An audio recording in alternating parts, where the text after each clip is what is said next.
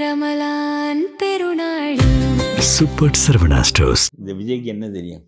அவர் நான் தான் எல்லாம் நான் தான் அவர் தமிழ்நாடே நான் டிவிகேக்கும் டிஎம்கேக்கும் தான் போட்டின்னு திரும்ப திரும்ப ஒரு விஷயத்த சொல்றாரு. இல்லைன்னா நம்ம இருக்க மாட்டோம்னு நினைக்கிறாரு. அதாவது அவர் ஏன் அதை சொல்ற இதை எடப்பாடி இதை பேசாமல் இருப்பது பெருந்தன்மையானது. அதாவது பலம் இல்லாதவன் இரவிலே பாட்டு பாடி கொண்டு போவான், ஒத்தையாக போகின்றவன் பயத்திலே பாட்டு பாடி கொண்டு போவான். அது மாதிரி நான் எனக்கும் திமுகவுக்கும் பகை என்று சொன்னால்தான் விஜய் கட்சியே கவனிக்கப்படும். அதாவது அளவுக்கு அதிகமாக அது நான் பி டீம் அவங்க ஏ டீம் இல்லாவிட்டால் நாங்கள் பி டீம் விளையாட போவோம் என்று சொன்னால் நீ சப்ஸ்டிடியூட் என்று அர்த்தம். புரியாதா? அதனால அவர் அதை அவராகவே சொல்லிக் கொடுக்குறார். இல்ல ஏடிஎம்கே உண்மையில அவ்வளவு வீக்கா இருக்கா? விஜய் வந்து இப்போ சில கருத்து கணிப்புகள்லாம் வந்து டிவிகே ரெண்டாவது கருத்து கணிப்பை யார் செய்கிறார்கள்? கருத்து உன் டீமுக்கு ஒரு பணம் கொடுத்தா நீ செய்ய மாட்டேன்? செய்யலாம். அப்புறம் என்ன கருத்து கணிப்பை யார்? ஒருத்தன் போட்டிருக்கிறேன் பாரு, ஒரு தொகுதியில் 20,000 ஓட்டில் திமுக 2ஆவதாக தள்ளுகிறதான், எடப்பாடி 3ஆவதாக வருகிறாராம். அரசாங்கமே அமைக்க போகிறான் என்று கருத்து கணிப்பு வெளியிடுகிறான். காசு தானே, அதுல நம்ம காசு தானேப்பா, அவ்வளோதான். நீ ஒரு இந்த பாரு எல்லாரும் சேனல் வைத்திருக்கிறேன், அப்புறம் எல்லா சேனலுக்கும் பணம் கொடுக்குறேன். இந்த பார் ரூமெல்லாம் அண்ணாமலை வைத்திருந்தார், என்ன செய்தார்? அவருடைய கருத்துக்கள் எல்லா இடத்துக்கும் போய் சேர்ந்தணும். எப்படி செய்தார்? அதுக்கு பணம் செலவழிக்க வேண்டும். அது மாதிரி கருத்து கணிப்பு நம்ம ஒரு கருத்து கணிப்பு அதுக்கு வேண்டிய பணம் ஒருத்தன்கிட்ட கொடுத்தா அவன் காசு கொடுத்து கருத்து கணிப்பு நடக்கும். அது ஒரு பக்கம். இன்னொரு பக்கம் உண்மையில விஜய்க்கு ஒரு பெரிய அளவுல ஆதரவு இருக்கு. அவர் வெளியே எதை வச்சு கண்டுபிடிச்சா? நீ இல்ல அவர் வெளியே வராட்டினா கூட அவருக்கு ஒரு மக்கள் எதை வச்சு கண்டுபிடிச்சா? இல்ல பலரும் சொல்றாங்க, இந்த பலர் யாரு? பெண்கள் வந்து பொதுவா விஜயை நோக்கி ஈஸியா எதை வச்சுக்க அறியற? உனக்கு 10 பொம்பளைகளை தெரியும், உனக்கு 10 பையங்களை தெரியும். இதை வச்சு நீ எப்படி கணிக்க முடியும்? இல்ல சார், தேர்தல் நடந்தால் கணிக்க முடியும். நீ ஒரு தகுதியான மனிதனாக இருந்தால் திண்டிவனம் தேர்தலில் நின்றிருக்க வேண்டும். எம்ஜிஆர் நின்றார், திண்டுக்கல்லில் நின்றார், 3 கட்சியையும் தோற்கடித்தார், பெரிய வாக்கு வித்தியாசத்தில் வெற்றி பெற்றார். எம்ஜிஆர் ஆட்சி அமைப்பார் என்று பேசப்பட்டது. நீ இடைத்தேர்தலுக்கு போனால் நம்முடைய கையில் ஒன்றுமில்லை என்று தெரிந்துவிடும் என்று அஞ்சி பின்தங்கி விட்டாய். அப்புறம் நீ தேர்தல் வந்த பிறகு உன்னை பற்றி பேசுவதற்கே நாதி இல்லாமல் வீட்டுக்கு போய் விடுவாய். அதுவரையிலும் உன்னை போல 4 பேர், அவரால் காசு கொடுக்கப்பட்ட மனிதர்கள் 4 பேர், இந்த வாக்கெடுப்பு நடத்துகிறவன் 10 பேர், இதெல்லாம் சொல்லிக்கொண்டே இருக்க வேண்டியதான். நான் என்ன சொல்கிறேன், கை திறக்கட்டும், யார் வேண்டுமானாலும் வெற்றி பெறட்டும், அதெல்லாம் முக்கியம். சும்மா நான் தான் தமிழ்நாடு, எனக்கும் அவருக்கு தான் போட்டி என்று நீ சொல்லுகிறாயே தவிர, அவன் என்ன பயப்படுகிறான் என்றால், மோடியோடு சேர்ந்து நிற்கிற எடப்பாடி ஏற்கனவே ஆட்சியில் இருந்தவர், இவர் என்ன செய்தார் என்று நாள்தோறும் எடப்பாடியை கடிப்பதில் தான் ஸ்டாலின் குறியாக இருக்கிறாரே தவிர, இந்த இந்த கொச்சி நாய்க்குட்டி என்ன செய்துவிடும், ஜெர்மன் நாய்க்குட்டியை பார்க்க வேண்டும் என்று அவர் நினைக்கிறார். ஆனா விஜய் பெரிய ஸ்பாய்லரா இருப்பாரு, ஆன்டி டிஎம்கே இருப்பார், ஸ்பிளிட் பண்ணிடுவாரு. அதான் அவர் நடத்துவது என்ன என்றால் ஸ்பாய்லர் பாலிடிக்ஸ். நல்லது வராவிட்டாலும் கெடுதலை செய்ய அவரால் முடியும். எதிர்கட்சியை வரவிடாமல் அவர் தூய சக்தி தீய சக்தி என்றால் சும்மா சொல்லுகிறாரே தவிர, அந்த தீய சக்தி வரக்கூடாது என்பதற்கு என்ன முயற்சியில் இவர் ஈடுபட்டார்? இவர் என்ன செய்ய வேண்டும்? சரி வாருங்கள், நாம் ஒரு அளவுக்கு எனக்கு ஒரு 60 இடம் தாருங்கள், இப்பொழுதுதான் வந்திருக்கிறேன் என்றாலும் உள்ள ஆளே இல்லையே. 25,000 பேர் தேர்தலில் நிற்பதற்கு மனு போடுகிறான். ஆன்லைனில் மனு இருக்கிறது, அதுக்கு எவ்வளோ பணம் கட்ட வேண்டும், அதை கட்டுவதற்கு அவன் தயாராக இல்லை. எவ்வளோ கட்ட வேண்டும்? 10,000 சொன்னாங்க. 10,000 கொடுத்து ஃபார்மை மட்டும் வாங்கிக்கலாமா? அது 100 ரூபாயை கொடுத்து வாங்கி கொள்வதற்கு 25,000 பேர் இருக்கிறானே தவிர, அதனுடைய பொருள் என்ன? 10,000 ரூபாய் கட்ட. இந்த 10,000 ரூபாய் வைத்திருக்கிற முறையெல்லாம் கேவலமான முறை, எல்லா கட்சிகளிலும் வைத்திருக்கிறார். எனக்கு 25 வயது இருக்கும். காமராஜரோடு நான் இருக்கிறேன். மதுவிலக்கு போராட்டத்தில் மது திறப்பு போராட்டத்தில் நான் சிறைக்கு போகிறேன். எனக்கு வயது 25. காரைக்குடி நகர காங்கிரஸ் கமிட்டி தலைவர். பிறகு காமராஜரை அழைத்து ஒரு பெரும் கூட்டம் ஒன்று நடக்கிறது. ஒரு ஆண்டு நான் செய்வதையெல்லாம் பார்த்து கொண்டு விட்டு 2வது ஆண்டு நெடுமாறனிடம் சொன்னார், இவனைத்தான் நிறுத்த போகிறோம் அடுத்த தேர்தலுக்கு. நெடுமாறனே இதை பகிரங்கமாக பொதுக்கூட்டங்களிலே சொன்னார். இவனைத்தான் நிறுத்த போகிறோம், சின்ன பையனாக இருக்கிறான், இவனை கொஞ்சம் பயிற்றுவி, டெவலப் பண்ணு என்று சொன்னார். நெடுமாறன் என்னை மதுரைக்கு வா, நம்ம சேர்ந்து போகலாம் கொள்ளலாம், உன்னை காமராஜர் அறிவிக்க சொல்கிறார். இன்னும் காங்கிரஸுக்கு எந்த வேட்பாளரும் அறிவிக்கப்படவில்லை, முதல் வேட்பாளர் உன் பேரை சொல்லிவிட்டார் காமராஜர், எவ்வளோ பெரிய பெருமை என்று அவர் என்னிடம் சொன்னார். இவையெல்லாம் புத்தகங்களிலே பதிவாக இருக்கின்றன. நெடுமாறன் இதை வெளிப்படையாக மேடைகளிலே சொன்னார். எதற்காக நான் இதை சொல்லுகிறேன் என்றால் 10,000 கட்டு, 5,000 கட்டு, 10 ரூபாய் கட்டு, 100 ரூபாய் கட்டு. நான் வேலை செய்கிறேன், சிறைக்கு போகிறேன், இந்த கட்சியினுடைய கொள்கையை மூலமாக வைத்து செயல்படுகிறேன், அதனால் துன்பப்பட தயாராக இருக்கிறேன், வேலை செய்கிறேன், ஊழியனாக இருக்கிறேன். ஆகவே இவனை நிறுத்தினால் இவன் பயன்படுவான் கட்சிக்கு அல்லது தன்னுடைய கொள்கைக்கு என்று நினைக்கின்ற தலைவர்கள் எங்கே? எல்லாரும் பணம் கொடு, கோவண துணியை கூட உரிந்து கொண்டு விடுகின்றது. அப்புறம் பிறகு அவன் 10 கோடி கொள்ளையடிப்பான்ல. இதெல்லாம் என்ன முறை? கேவலமாக போய்விட்டது தமிழ்நாட்டு அரசியல். நான் இந்த விஜயை வைத்து மட்டும் இல்லை, விஜயும் சீமானும் வந்தது கடைசி எல்லை. அதாவது தெற்கு வடக்கு தெரியாமல் உலர்கிற சீமான், அந்த ஆள் பேச்சை ஒரு அறிவுடையவன் கேட்டால் அவனுக்கு 5 நாளில் கிறுக்கு பிடித்துவிடும். நான் கேட்பதே இல்லை, அதையும் மீறி என் காதில் விழுகிற பேச்சு. ஆனா தமிழ்நாட்டுல இப்போ இருக்கிற அரசியல்வாதிகள்ல சிறந்த பேச்சாளர்னா சீமானை தான் பலரும் சொல்றாங்க. நான் கிறுக்கு பிடித்து விடும் என்று சொல்கிறேன், நீ சிறந்த பேச்சாளர் சொல்கிறேன். எல்லாமாவது மூளையோடு பேசுகிறார் அந்த ஆள். ஆடு மாடுகளுக்கு மாநாடு நடத்துகிறேன், விவசாயியை சிப்பந்தி ஆக்குகிறேன் என்று. அது பேச்சாளி என்றால் என்ன என்று எனக்கு புரியவில்லை. ரசிச்சு கேட்க வைக்கிறது அது என்ன நாட்டியமா? அது என்ன சினிமா பாட்டா ரசித்து கேட்பதற்கு? நீ சிந்திக்க வேண்டாமா என்று கேட்கிறேன். அந்த ஒரு பேச்சு உன்னுடைய சிந்தனையை கிளறுவதற்காக பேசப்படுகிறதா, நீ ரசிப்பதற்காக பேசப்படுகிறதா? எதற்காக ஒரு பேச்சை ரசிக்க வேண்டும்? ஒரு பேச்சை கேட்க வேண்டும், சிந்திக்க வேண்டும். நீனே ரசிக்கும்படியாக பேசுகிறார் என்றால் இந்த இவர் பேசும் தீய சக்தி, தூய சக்தி, அதெல்லாம் இந்த வசன கருத்தை எழுதி கொடுக்குறேன். வேற என்ன செய்வது? இவருக்கு என்ன தெரியும் அரசியல்? இவருக்கு தெரிய வேண்டும், இல்லைன்னா இவர் வைத்திருக்கிற ஆளுக்கு தெரிய வேண்டும். ஆனா திமுகவை தொடர்ந்து தீய சக்தின்னு பிராண்ட் பண்றாருல, அது வந்து டிஎம்கேவை கொஞ்சம் எம்ஜிஆர் சொன்னால் அதை இவர் திரும்ப சொல்லுவார். இப்போ உள்ள ஜென்ரேஷன் கிட்ட அதை தீவிரமா கொண்டு போறாரு. இப்போ அவர் பாட்டிலுக்கு 10 ரூபான்னு விஜய் பாடின பாட்டை குழந்தைங்க கூட ரீல்ஸ் எல்லாம் போட்டாங்க. அது ஒரு பெரிய இம்பாக்ட் தானே கொடுக்குது. இல்லைப்பா, அதாவது இளைஞர்கள் 22 லட்சம் பேர் இருக்காங்கன்னு நம்முடைய புள்ளி விவரங்கள் தெரிவிக்கின்றன. 22 லட்சம் ஓட்டை நீ வாங்கினாலும் என்ன பண்ணுவா என்று கேட்கிறேன். நான் 5.5 கோடி பேர் ஓட்டடிக்க போகிறான். அவனெல்லாம் வாழ்க்கையில் எல்லாவற்றை பற்றியும் கருத்துக்கள் இருக்கும். அதாவது மக்கள் பல சமயங்களில் தவறாக வழிநடத்தப்படுவார்கள். உணர்ச்சி காரணமாக ஒரு பெரிய கட்சியை தோக்கடித்து விடுவார்கள். எல்லாம் நடக்கும். ஜெயலலிதா 2 இடத்தில் நின்று தோற்றது உண்டு. கருணாநிதி ஒரே ஒரு இடத்தில், மொத்தம் 234 இடத்துக்கு ஒரு இடத்தில் மட்டுமே வென்றதும் உண்டு. எல்லாம் நடக்கும், அது வேறு. ஆனால் என்ன சொல்லுகிறேன் என்றால், ஒரு அரசியலை புரிந்து என்ன செய்கிறோம் என்று செய்கிறோம். நான் திரும்ப சொன்னேன், திருப்பரங்குன்றத்தில் முருகனுக்கு தீபம் ஏற்ற வேண்டும் என்பதை பற்றி கருத்து சொல்ல முடியாத மனிதன் எப்படி 88% மக்களை ஆட்சி செய்ய முடியும் என்று கேட்டேன். உனக்கு தெரிகிறது, இந்த 8% பேர் நமக்கு ஓட்டு போடுவதற்கு தீபத்தை பற்றி பேசினால் சிறுபான்மை வாக்கு வராது என்று தெரிகிறது. சரி, அந்த 8% நீ வாங்கிக்கொள். 88% முருகனுக்கு தீபம் ஏற்ற வேண்டும் என்று விரும்புகிறவனுக்கு நீ நீதி செய்யவில்லை என்றால் நீ அவர்களுக்காகவும் நாடாளுகின்றவனாக இருப்பாயா என்று கேட்கிறேன்.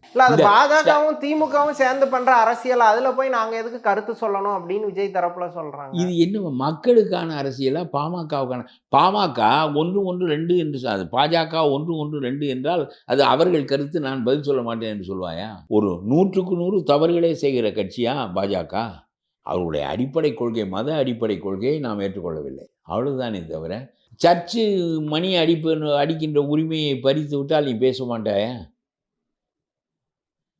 அப்புறம் திருப்பரங்குன்றத்துக்காக ஏன் பேச மறுக்கிறாய்? அது என்ன பாஜகவுக்கும் திமுகவுக்குமான சண்டை என்று யார் சொன்னார்கள்? அவர் தரப்புல அவருடைய அறிவு அவ்வளோதான். அது பொதுமக்களுடைய உரிமை. உன் சம்பந்தப்பட்ட சர்ச்சுக்கு ஒரு கேடு வரும் என்றால், அதை இடித்து விட்டார்கள் என்றால், அது அதனுடைய ஒரு உரிமை மறுக்கப்படுகிறது என்றால் நீ பேசுவாய். திருப்பரங்குன்றத்துக்கு பேச மாட்டாயா? சரி, ஒன்று செய்வோம். அது முருகன் பாஜகவுக்குள்ள கடவுள் இல்லை. பாஜக சொல்லி முருகன் அறிமுகப்படுத்தப்படவில்லை. புரிகிறதா உனக்கு? முருகனுக்குள் அவன் வருகிறான். அவன் வந்துவிட்ட காரணத்தினாலேயே முருகனுக்கு எதுவும் செய்யக்கூடாது என்று சொல்வது சரியான வாதம் இல்லை. ஆனா நீதிமன்ற தீர்ப்பை அமல்படுத்தணும் அப்படிங்கிற மாதிரி ஒரு மாதிரி சைலண்டா ஒரு ஸ்டாண்ட் எடுத்தாங்க. சொல்லு, நீதிமன்றம் சொன்னது ஊரடங்கு சட்டம் போட்டு தப்பு என்று சொல்லு. நீ சொல்லு, ஊரடங்கு சட்டம் எதற்கு போடுகிறார், அங்கே என்ன கலவரம் நடந்தது என்று ஸ்டாலினை கேட்டாயா நீ? இது அவர்களுக்கு நடக்கிற சண்டை என்றால் நான் சொல்லுகிறேன், 88% மக்களும் பாஜகவா? அவனுடைய உரிமைக்காக நீ பேச மாட்டா என்று சொன்னால் உனக்கு அவன் ஏன் வாக்களிக்க வேண்டும் என்ற கேள்வியை நான் வைக்கிறேன். ஏன் வாக்களிக்க வேண்டும் சொல்லு. நான் பாஜக இல்லை, நான் இந்துத்துவவாதி இல்லை, முருகனுக்கு தீபம் ஏற்றப்பட வேண்டும் என்று விரும்புகிறேன். அங்கே போனவன் இன்பத்துறை போனதினாலே அது அதிமுகவுக்கு மட்டும் உள்ள நீதி இல்லை, மக்களுக்கான நீதி தான். நீதிமன்றத்திற்கு அவர் போகின்றவர் ஒரு வாயிலாக அது எடுத்து செல்லப்படுகிறது, ஒரு வாயிலாக. அது மாதிரி நான் சொல்லுகிறேன், நான் இந்துத்துவவாதி இல்லை, சங்கி இல்லை. ஆனால் முருகன் பழம்பெரும் கடவுள், அவனுக்குரியது மலை, அங்கே தீபம் ஏற்றப்பட வேண்டும் என்று நான் சொல்லுகிறேன். நீ என்ன சொல்லுகிறாய்? உன்னால் முடியாது, உனக்கு புரியாது. பெருவாரியான மக்களுக்காக நாம் பேசாவிட்டால் இந்த பெருவாரியான மக்களிடமிருந்து வாக்குகளை பற்றி எப்படி ஆட்சிக்கு வருவது என்ற அறிவே உனக்கு கிடையாது, உனக்கு யோசனை சொல்லுகின்றவனுக்கும் கிடையாது என்றால் நீங்களாக நாடாண்டு என்ன செய்வீர்கள் என்று கேட்கிறேன் நான். ஆனால் மக்கள் பிரச்சனைனா நான் தான் முதல் ஆளாக வருவேன் அப்படிங்கிறாரு. இது மக்கள் பிரச்சனை, மாடுகளின் பிரச்சனையா? என்ன விமர்சிக்காது தமிழ்நாட்டை விமர்சிக்கிறதுக்கு சமம் அப்படிங்கிற மாதிரிலாம் அப்படின்னு அவர் சொல்றாரு. அது உளறல் என்று தெரியவில்லையா அவனுக்கு? நான் தான் தமிழ்நாடு தான் நான் என்று சொல்வதும், என்னை விமர்சிப்பது தமிழ்நாட்டே விமர்சிப்பது ஆகும் என்று சொல்வது அறிவான பேச்சா என்று கேட்கிறேன் நான். அவர் ஒரு மாதிரி இலூஷன்லே வாழ்றாரா? ஆமாம், நீ தான் சொல்ற. இல்லை எனக்கு நான் ஐ செகண்ட் இட். நீ இல்லூஷனில் வாழ்கிறாரா என்று? இல்லூஷன் தான் வாழ்கிறார், வேற என்ன செய்கிறாரு? ஒரு காலத்துல இந்திரா தான் இந்தியா, இந்தியா தான் இந்திராண்டு அது கூட இன்னொருத்தங்க தான் சொன்னாங்க, ஒரு தேர்ட் பர்சன் சொன்னாங்க. இவர் செல்ஃபா இவரே சொல்லிக் கொள்கிறார். அதான் சிறப்பு. இவருடைய சிறப்பு என்ன என்றால், இந்திரா சொல்லிக் கொள்ள மாட்டார், மற்றவர்கள் சொல்லுவார்கள். என்ன இப்போ இவரே சொல்லிக் கொடுக்குறார். விஜய் ஏடிஎம்கே கூட்டணிக்கு வரல, இன்னொரு பக்கம் தேமுதிகவும் டிமிக்கி கொடுத்துட்டு இங்கே டிஎம்கே அலைன்ஸ்க்கு வந்துட்டாங்க. இப்போ எங்க தேமுதிகவுக்கு 1/2% ஓட்டு இருக்கு. விஜயகாந்த் போன பிறகு அந்த அம்மா தனியாக நின்று 1/2% ஓட்டு, 200 பேருக்கு ஒரு ஆள் ஓட்டு போடுகிறான். ஆனால் என்ன காரணத்தினாலோ அந்த கொடி நிறைய கட்டுவது அல்லது எல்லாரும் என்னோடு இருக்கிறார்கள் என்று காட்டுவதற்கு, அது தவிர அந்த அம்மாவால் என்ன பயன் என்பது எனக்கு புரியவில்லை. எல்லா பக்கமும் துண்டு போட்டு வைக்கிறார்கள். யார் கூட இடம் கிடைக்கிறார்களோ அவர்களோடு நான் சேருவேன் என்பது என்ன அரசியல்? ஏதாவது ஒரு அரசியல் சொல்லும். இது தீங்கான ஆட்சி, ஆகவே இந்த ஆட்சி அகற்றப்பட வேண்டும். ஆகவே நான் எதிர்த்தரப்போடு இருக்கிறேன். எதிர்த்தரப்பு எனக்கு போதிய இடம் கொடுக்கவில்லை என்றாலும் நான் என்னுடைய தனி குரலை எழுப்புவேன். இப்பொழுது நான் I have committed myself. நான் I stand for the opposition parties, all opposition parties. I am against DMK because நம்ம ரொம்ப it has destroyed our country. அதனுடைய ரூல் என்பது கொள்ளைக்காரர்களுடைய ரூல் என்று நான் நம்புகிறேன். ஆகவே இப்போ எனக்கு இந்த கட்சிகளில் எனக்கு இடம் தந்தாலும் சரி, தராவிட்டாலும் சரி, என்னுடைய கருத்தை எப்படி மாற்றிக்கொள்ள முடியும்? இவங்க அப்படி கொள்கை இல்லாமல் இருக்கிறாங்கன்னு சொல்கிறீங்க. ஆனால் இப்போ டிஎம்கே ஒரு பவர்ஃபுல் பொசிஷனில் ஆளுங்கட்சியாக இருந்தால் கூட எல்லாத்தையும் அக்காமடேட் பண்ணுறாங்க. அந்த பக்குவம் ஏன் எடப்பாடிக்கு இல்லை அப்படின்னு? இல்லை அக்காமடேட், அதுக்கு பேர் இல்லை, எல்லாரையும் ஒருங்கிணைச்சி பக்குவமாக கொண்டு போகிறாங்கல்ல, அது ஒரு காங்கிரஸ் அடுத்து கொண்டு வர போகிறான். இல்லை பக்குவம் எல்லாம் வெட்டி அவருக்கு தெரிஞ்சு அவ்வளோதான். கருணாநிதியாக இருந்தால் இன்னும் அதை சரியாக செய்வார். இவர் தேமுதிகவை உள்ளே சேர்த்து கொள்வது, காங்கிரஸோடு முட்டுவது என்பது அறிவான நிலைப்பாடே இல்லை. இல்லை, அது காங்கிரஸ் ஒரு அளவுக்கு மீறி அடமண்டா பிடிவாதமாக இருக்கும்போது இவங்க சைடு என்ன பண்ண? காங்கிரஸ் வெளியே வருகின்ற போது திமுக ரோட்டுக்கு வரும் நான் சொல்லுகிறேன். ஆனால் அந்த காங்கிரஸ் விஜயோடு சேர்ந்து வெற்றி பெற முடியாது.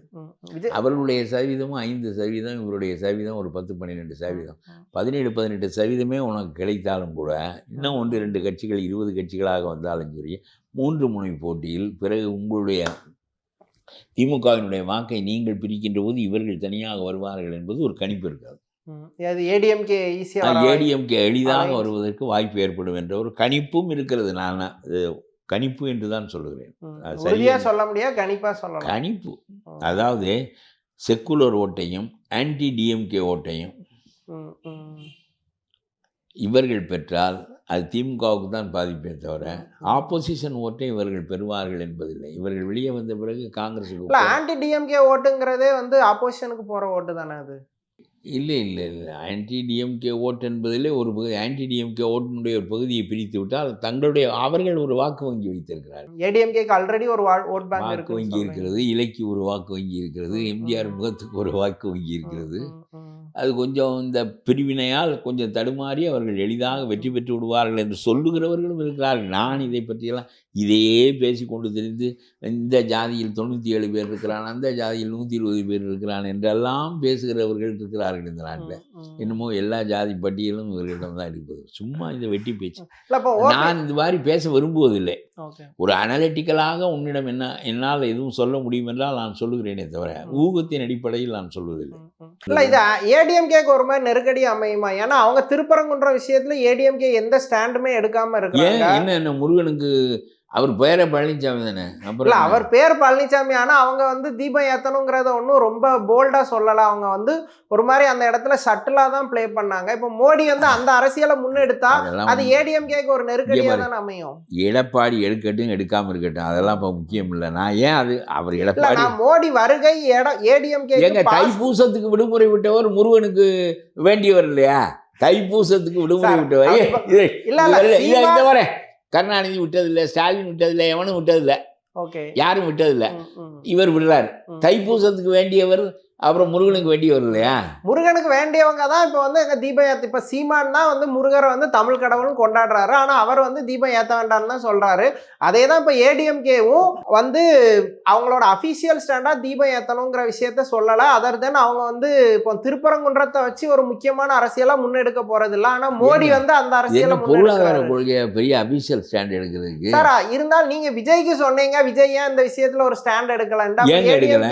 ஏன் எடுக்கல? ADMK நான் சொல்றேன், எடப்பாடி வந்து அது என்ன பேசினாருன்னு எனக்கு தெரியாது. ஒருவேளை இந்த இவங்களோட சேர்ந்து நம்மளை ரொம்ப சேர்த்து பேசுவாங்கன்னு கருதி இருக்கலாம். ஏன்னா முன்னெடுத்து சென்றவர்கள் சங்கிகள். எனக்கு அதை பற்றி தெரியல. சங்கி வந்து ஐயா நீங்கள் இந்த சாலையில் தான் நெடுக போகணும்னு சொன்னால் நீ சொல்கிற சாலையில் நான் போக மாட்டேன், எதிர் சாலையில் தான் போவேன்னு நான் சொல்ல மாட்டேன். அவர் சொல்லுவது சரியாக இருந்தால் எவன் சொன்னால் என்ன, சங்கி சொன்னால் என்ன, சாதாரண ஆள் சொன்னால் என்ன, முருகனுக்கு தீபம் ஏற்ற வேண்டும் என்று அவர்கள் நம்முடைய தமிழ் சமயத்தை இந்து சமயமாக்க முயலுகிறார்கள்.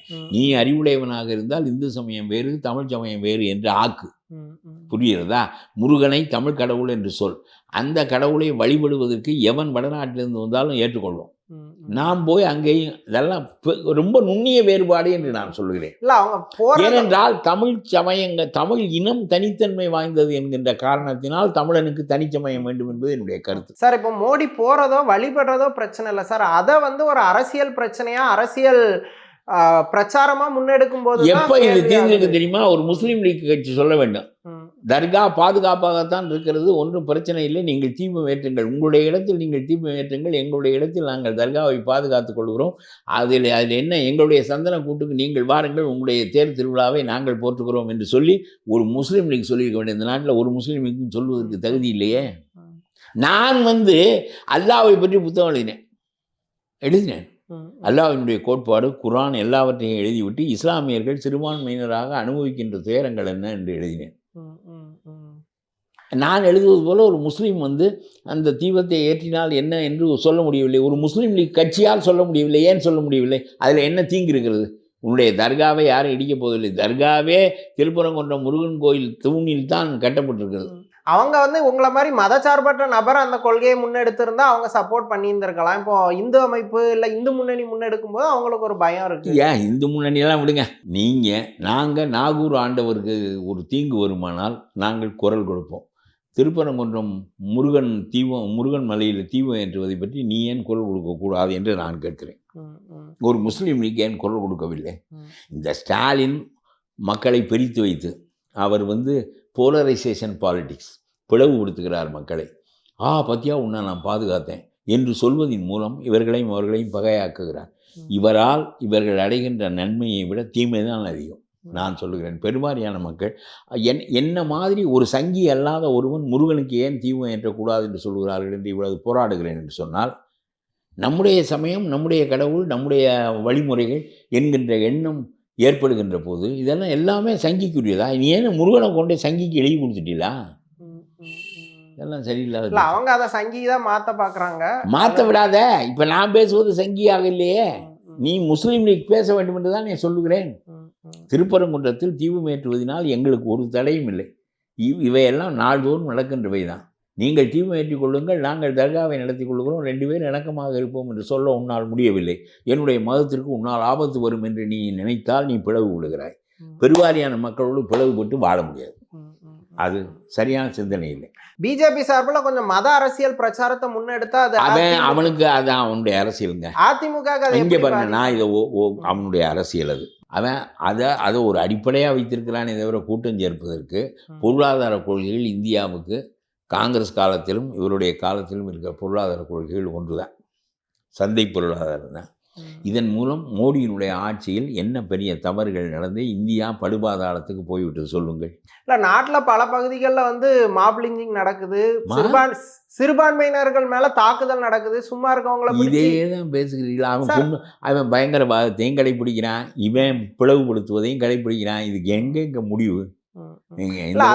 பாருங்க, அவன் காஷ்மீரில் வந்து பயங்கரவாதம் செய்கிறான், பாகிஸ்தான்லேருந்து பயிற்சி பெற்று வரான், அவனை குறி வச்சு இவர் அடிக்கிறார் ஏவுகணையில். இது எல்லாம் நடந்து கொண்டு தான் இருக்குது. எதிர் சைடில் ஆக்ஷன் இல்லைன்னா இங்கே ரியாக்ஷன் இருக்காது. இந்த பாருங்க, இதே பேசி பேசி நீங்கள் மக்களை முஸ்லீம்களாகவும் இந்தியர்களாக அவர்களை வைத்திருங்கள். அவரவர் கடைப்பிடிக்கின்ற மதங்கள் எதுவாக இருந்தால் என்ன. நான் சொல்கிறேன், நான் ரொம்ப உண்மையாக சொல்கிறேன், ஒரு முஸ்லீம் லீக் திருப்பரங்குன்றத்தில் தீபம் ஏற்ற வேண்டும் என்று சொல்லி இருந்தால் இந்த பிரச்சனையே தீர்ந்து போயிடும். இல்லை, இப்போ திண்டுக்கல் நான் சொன்னதை வாங்குறியா நீ? இல்லை சார், அது சொல்லியிருக்கலாம்னா அது அவங்களுக்கு அது ஒப்புதல் வந்திருக்கணும், அல்லது அந்த விஷயத்தை முன்னெடுத்தது ஒரு இப்போ உங்களை மாதிரி எவன் அடிச்சா எவன் எடுத்தா என்ன ஐயா? இங்க பாருங்க, இந்த சங்கி என்ன பண்றாங்கிறது எனக்கு முக்கியம் இல்லை. இந்து முன்னணி கொள்கையில டிஎம்கே ஏடிஎம்கே அல்லது மற்ற இந்துக்களே அணி சேராத போது, ஈவன் காங்கிரஸ் அணி சேராத போது இஸ்லாமிய அமைப்புகள் எப்படி அணி சேர முடியும்? நீங்க சொல்லுங்க.